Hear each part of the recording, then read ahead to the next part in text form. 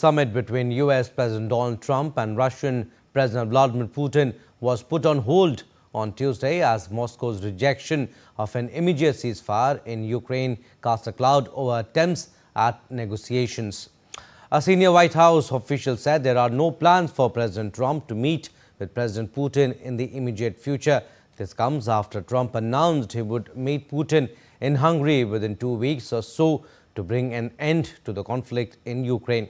But Putin has been unwilling to consider concessions. Russia reiterated its long-standing terms for a peace deal in a private communique known as a non-paper that it sent to the US last weekend. Donald Trump, who last week spoke over phone to Putin and met Ukrainian President Volodymyr Zelenskyy, had hoped for another high-profile session with Putin after the August summit failed to advance negotiations. But the two sides postponed a preparatory meeting between Rubio and Lavrov that had been expected to take place in Budapest on Thursday.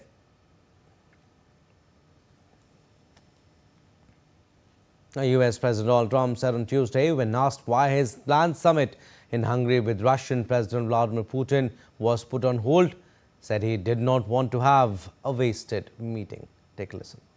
No, I don't want to have a wasted meeting. I don't want to have a waste of time, so I'll see what happens. But we did all of these great deals, great peace deals. They're all peace deals, agreements, solid agreements, every one of them. But this one, and I said, go to the line of battle, the battlefield lines, and you pull back and you go home, and everybody take some time off, because you got two countries that are killing each other. Two countries that are losing 5,000 to 7,000 soldiers a week. So we'll see what happens. We haven't made a determination. Russian Foreign Minister Sergei Lavrov said he is in contact with his US counterpart Marco Rubio to discuss the possibility of a new Trump-Putin summit, but douses hopes for a swift preparatory meeting to finalize the talks.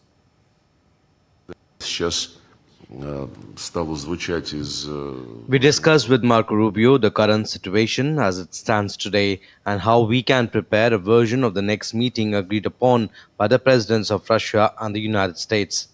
We agreed to continue these phone contacts to better understand where we stand and how to move in the right direction.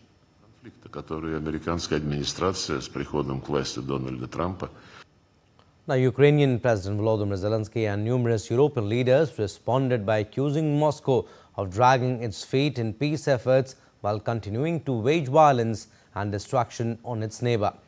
Zelenskyy said on Tuesday that Russia almost automatically became less interested in diplomacy due to the postponement of a decision by the US administration on Tomahawk missiles for Ukraine. European leaders called on Washington on Tuesday to hold firm in demanding an immediate ceasefire in Ukraine, with present battle lines to serve as the basis for any future talks.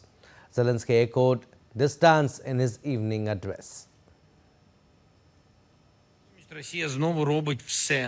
Russia is once again doing anything to avoid diplomacy, and as soon as the question of long-range weapons for Ukraine moved away, Russia almost automatically became less interested in diplomacy.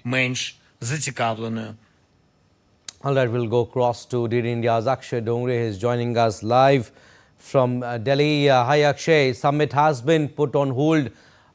What does this really signal? What could be the next steps diplomatically?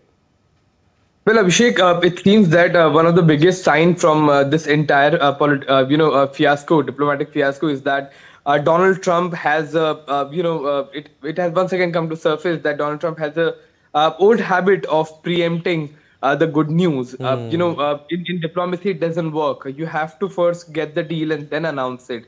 If you keep on announcing the deal even before they are signed, then you, risk those deals getting fallen out, or perhaps some third party trying to sabotage it. And that perhaps seems to be what is happening right now. We have seen that even before the first Donald Trump-Putin meeting, there were tall claims that were made by Donald Trump that, this is going to solve the crisis, and then maybe the situation will resolve just after the first meeting. Maybe there will be business, there will be many kind of carrot and stick sort of psychology that was being played by the US government. So sometimes they were luring Russia with trade, and sometimes they were threatening it with war and destruction.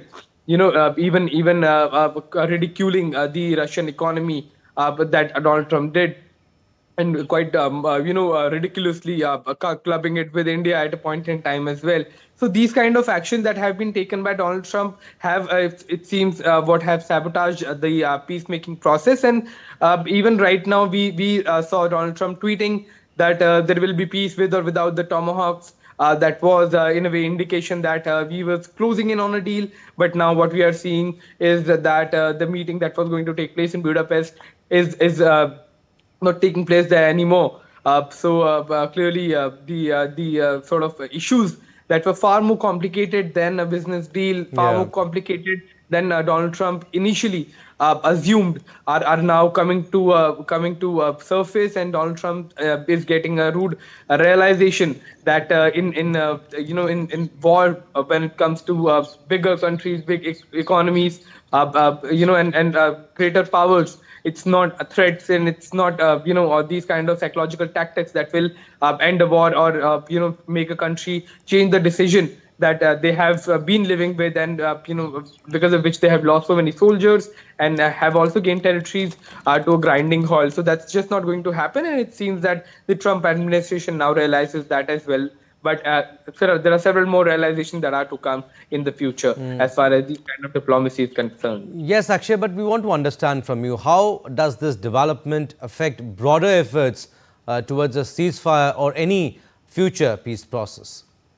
Well, Abhishek, so the sticking point here right now is two things. US is saying that you should pull back from and stop the fighting at the front line. So essentially, that means that pull back from the front line, go back to some earlier territories, keep some but leave most of them. That is the demand, and that has been, it seems, the sort of concession that US was willing to give to Russia. But it's not Hamas that you are dealing with. It's not a regional militant group that you are dealing with, that you can just threaten a country, or rather, demand a country to take any decisions that they have taken after much calculation, obviously. Now you are dealing with a country that has the world's largest stockpile of nuclear weapons. That is the world's largest country, in fact, when it comes to its sheer size. So you have to be far more delicate and far more, diplomatically correct when it comes to dealing with the situation. Try to understand nitty-gritties, try to resolve the complexities without announcing them all the time. So, that is one.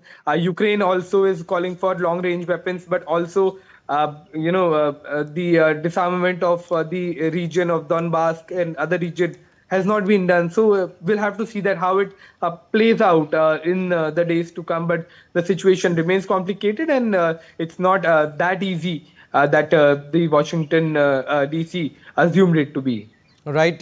Akshay, before we leave you, talking about the combined statement on peace for Ukraine, how significant is Europe's statement with President Zelenskyy, and what message does it send to both Washington and Moscow? Well, Europe's decisions and Europe's take on this entire situation is also quite interesting because it also is directly involved as far as the peacemaking process is concerned. Europe perhaps has been one of the most contributing nation when it comes to Ukraine's war efforts, and we have to also take their version into account, because they are also a party to this conflict.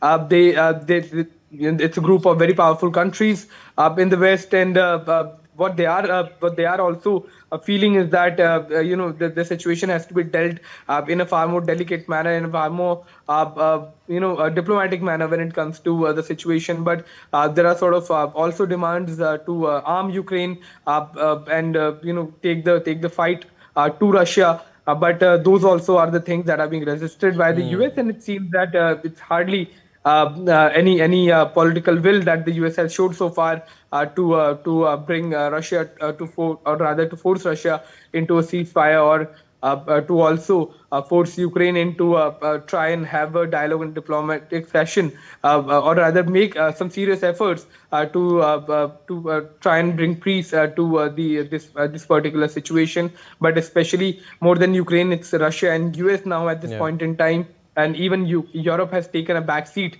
especially after since Trump has taken over. So it is the decision of Russia and the US now that will determine the fate of this conflict. All right, Akshay, we'll leave it there. Thank you for your inputs.